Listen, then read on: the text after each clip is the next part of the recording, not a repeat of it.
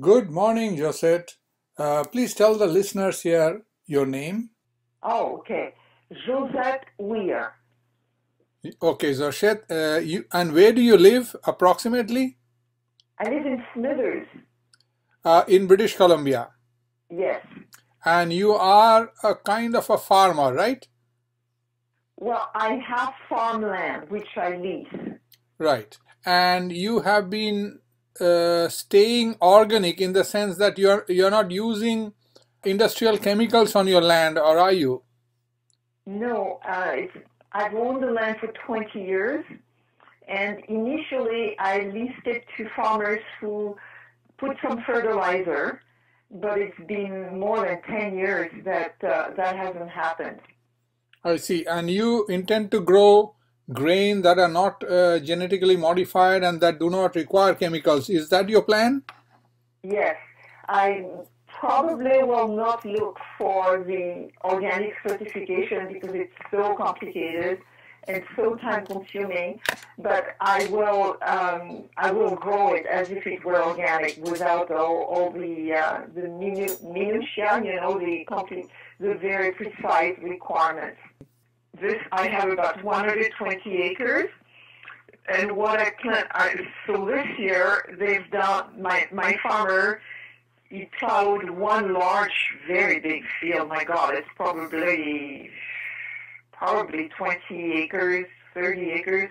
It's really big. And that costs a lot of money, several $1,000s to just plow it. Supposing there were small farmers, organic farmers that were willing to rent your land to grow produce, clean produce, and maybe pay you for it or let you share part of the product. If such an offer comes along, would you consider it? Oh, absolutely. Except nobody wants to do that. It's very dicey. It's very difficult. Like last year, we had this drought, so there was no water. There was mechanical breakdown, and then when he planted, it started to freeze. So yeah, it's very difficult. And right now, we don't have people with the expertise it's called the Bulkley Valley where I live, and everybody knows how to do oats and rye, full rye and stuff like that, but they're not for animal feed for hay. But there is one attempt at doing a guy who tried to do lentils and grains, and he had to give up this year. It just wasn't working. So it's going to be a learning process. What I would like to do is do some small plots so you don't lose your shirt because it's equipment and storage that's difficult. So just to even know how to grow it, what is the good, what is the good grain and all of this. We're going to have interesting, I think farming is starting to pick up in my area. I see. So would you say that Canada never had this expertise, or is it that they once had and they have lost it somehow because of whatever Good reason? Good point, Tony. The sad part. We had an experimental farm here, which was run by I think, was it BC or was it federal? And they did all the plots, they did all the studies, what is the best grain, what is the best variety, how to do it, and so on. They've done that. When I came to the valley, I came in 1995, so it was still there, it was still in operation, and the government just shut them down, those experimental farms. Not only is that, did they shut them down, the records are in somebody's basement, they don't have a clue. All this precious knowledge is being squandered. That is a scandal. So I went to a workshop last year about a student from UNBC, University of Northern BC, and she is trying to, she was doing plots with oats and stuff and trying to find the best variety for the climate and so on. And she was lamenting about, she said the knowledge was there. It's just been squandered. That's so sad.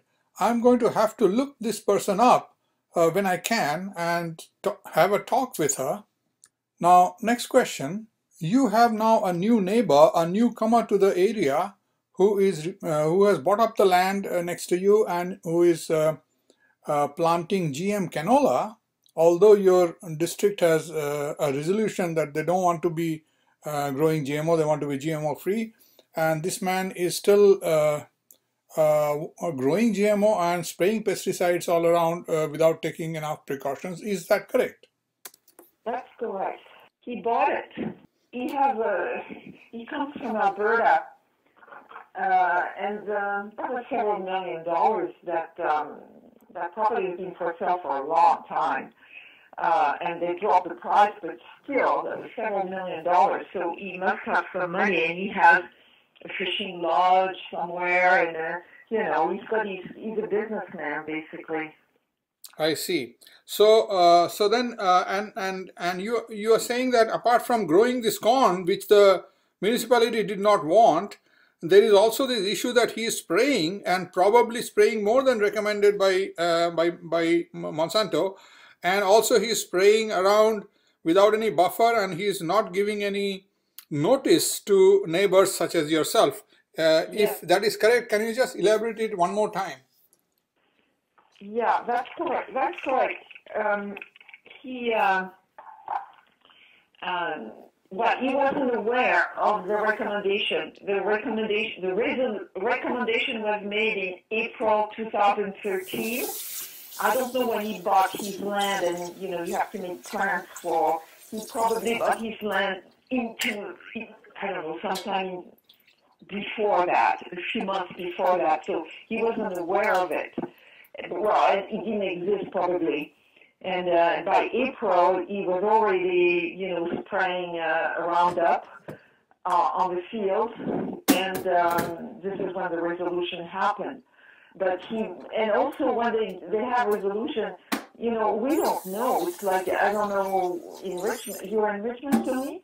When your city hall makes a bylaw or whatever, if you're not there, you don't know. And the newspaper doesn't cover it, whatever. So it was understandable that he would not know that first year.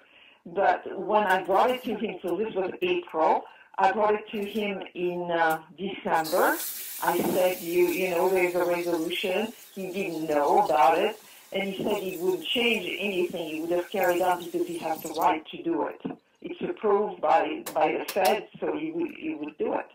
This is what he used to do in Alberta, so this is what he does. Well, tell us something, Josette, about your work to fight pesticides and herbicides. Well, I've been a pesticide activist for the last 15 years of it. Okay. And I've been instrumental in fighting the use of a pesticide that has arsenic in it called MSME in forestry because of the beetle infestation. I spent 10 years of my life about this, fighting the Ministry of Forest. Ministry of Forest of which government, provincial or Ottawa? There's hardly any federal forestry, really. And in the process of doing this, MSME, I learned a lot about pesticide. And I learned a lot about the use of pesticide.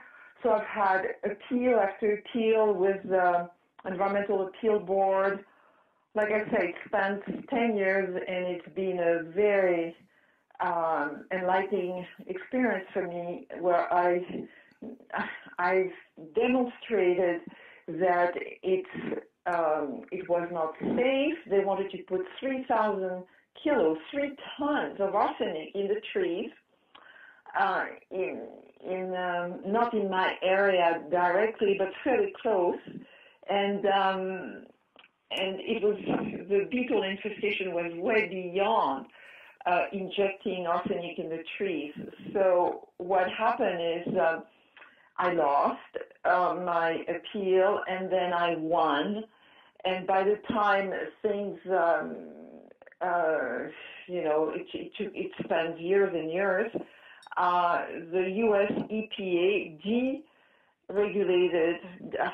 deregistered MSMA. So everything, because it's used on golf courses widely in North America, and they used it so much in Florida that they managed to contaminate their water table. So it's been banned. And I fought so much, the provincial government, forestry, I fought the logging company, Canfor. It's a long, long story, but it's pretty, I know of the power of one person. I went to their shareholder, I became a shareholder of Canfor, and I just spit it out what they were doing, and it was unacceptable. They were burning the bark of trees that had been injected with arsenic in my town, and it was very dangerous to do that for the air quality in my little town, particularly downstream. There was a school downwind from where they were burning those contaminated things. Anyway, it's been a long, long fight.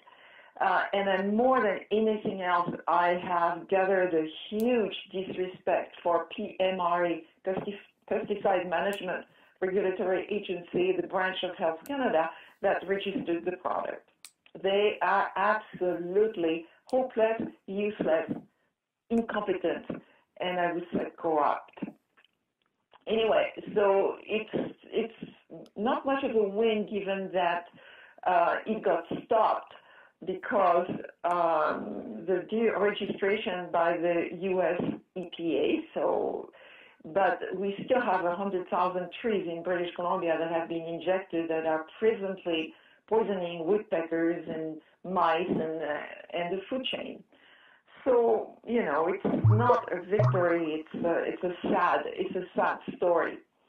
While I was doing that and fighting Canfor, the large logging company here in my area, I just saw how they're absolutely unconscious about their use of pesticides. So I got involved because I saw how dangerous they are to their own children. They look at me as if I was the extreme radical when I prevented them from burning contaminated bark that the air would be breathed by their children, downwind from it. And they looked at me, I say, it's your children, me, I live above it. And they couldn't make the connection. They're so disconnected between what they do and the consequences of what they do to their own. I just realized how dangerous those people have become. Then I got into the Roundup in forestry by Canfor, and it's a long story that I'll make short, but it was also involved with a lot of court cases and wins and losses and so on. And at the end, I won, and Health Canada, PMI, had to reimburse the $18,000 of lawyers' fees that they had threatened that I would have to pay them if I would have lost. But I won. My lawyer, I had a brilliant lawyer, he won. So I was familiar with Roundup effect on amphibian because we had a very, very strong case on that.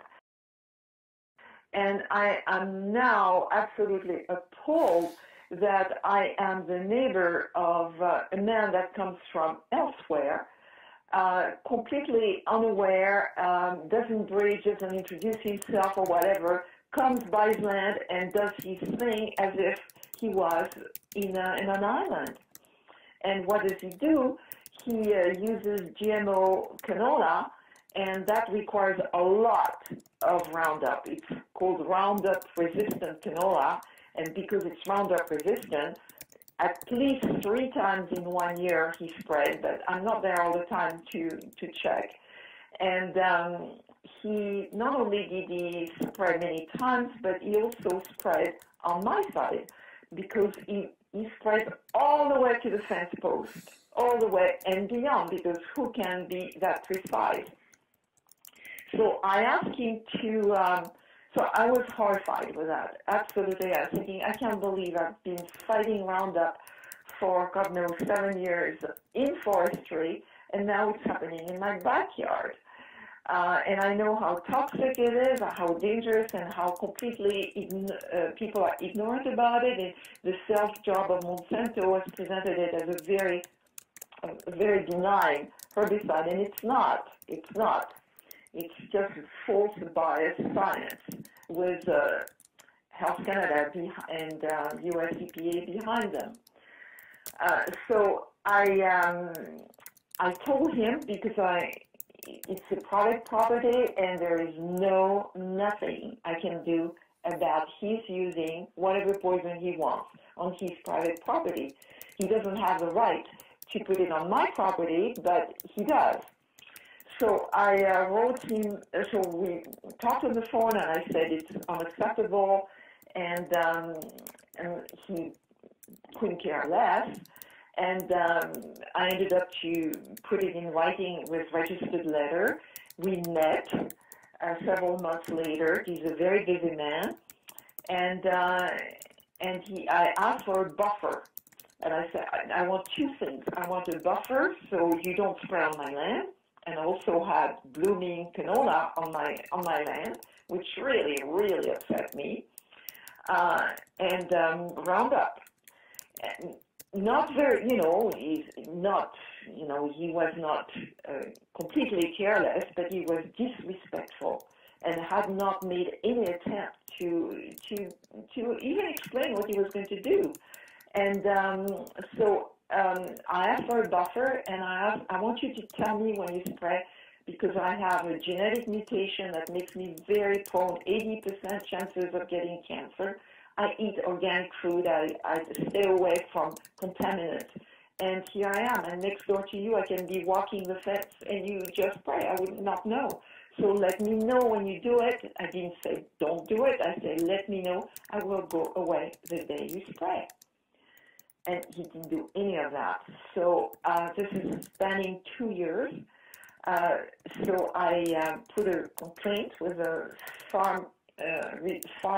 farming industry resource board, and I just at the end of January, and they received it. So the process is started. It's costing me $100, and anyway, and I also used a lawyer from the West Coast Environmental Law, and I had to pay 10% of his fee. That's still out of my pocket, about $500. So, I haven't done anything. I'm just collateral damage of somebody who's moved in, and what I'm discovering is appalling. There's no oversight, no monitoring of the use of pesticide on private land. None. There is no, the Act doesn't allow the Ministry of Environment to go on private land unless there is a complaint. How can I complain? And the complaint has to do with the storage of the pesticide. That's all they can do. So, and the disposal of it. So if the bucket, they didn't wash it properly or whatever, stuff like that, but of which I don't live over there, so I don't know what he does with the storage and disposal of his pesticide. So I cannot activate the Ministry of Environment, but I did because I discovered that he was spraying the ditches along the road, along his fields, and that's Crown land. And so I took pictures and I put an official complaint, and the Ministry of Environment can act on that. And unfortunately, I live in Smithers, and Prince George is about 400 kilometers away, so it took them a long time to come. They came, they confirmed the trespass, they went and talked to his wife. He was away at the time, and told his wife that this is not allowed, and this was a warning. But unfortunately, as the Minister of Environment goes, and every bureaucrats in the BC and federally goes, the fellow who came left, and it's I can't get anybody to write me a report or confirm what they saw, what was seen, and they can't find any records or whatever. I mean, I'm working on it. There's one guy who is really trying to help me, but it's awful. This was last July. And I'm going to attach, I have attached it. I have attached the pictures. They speak for themselves. And the fellow who is still working in Prince George, he went with the other fellow who left, and he can confirm that they did that. So that's all I have. I have nothing in writing. But it shows the disregard for regulation, the not talking to your neighbor, not agreeing to a buffer, which is unbelievable, not even agreeing to let me know so I can protect myself, which I just can't even imagine. What's the risk of letting somebody, I'm going to spread, so I want you to be happy and protect yourself. I cannot imagine the aggressivity and the brutality, I would say the violence of doing that. So now I'm pumped. I'm really starting to realize, my God, this is a horror story. I don't know why I always fall in them, but I do. So that's the story of Miss Josette Wier. The story is not yet ended. Her struggle and her fight continues. And this is a horror story of Canada, where the government is more or less absent when it comes to safeguarding Canadian citizens from chemical and genetic abuse, trespass, and on the other side, a neighbor can essentially, as she terms it, engage in violent act of subjecting their neighbors to a toxic exposure. And in her case, with her genetic mutation that makes her susceptible to cancer, it's as good as giving her a death sentence, and there is no need, apparently, to follow any safety guideline from the manufacturer, and this is happening in Canada. So I have been trying to help Josette in finding labs that can do some tests on her samples of canola or soil or water, and trying to identify which of the genetic labs can not only confirm that the crop growing on her property was GM canola, but also what strand of GM canola, whether it can be linked to the particular kind that the neighbor grows. Apparently, there's a problem there. The few labs that do GMO test said that they do generic markers. They study generic markers that confirms this to be GMO rather than any specific traits of a brand. So that's an issue that is not yet resolved. We have also started writing letters to various organizations, including Pesticide Action Network of USA, who is supposed to help. It's an NGO that's supposed to help in these kind of cases of pesticide and chemical trespass, and that relates to corporate responsibility. I have not heard anything back from them. Any suggestion will be most welcome. Any help will be welcome. I will pass it to Josette Wier. I don't have her permission to publicly announce her email here. And that's it for today. A horrible story of Canada. Do we live under a total failure of governance with regard to safety of Canadian citizens? Thank you.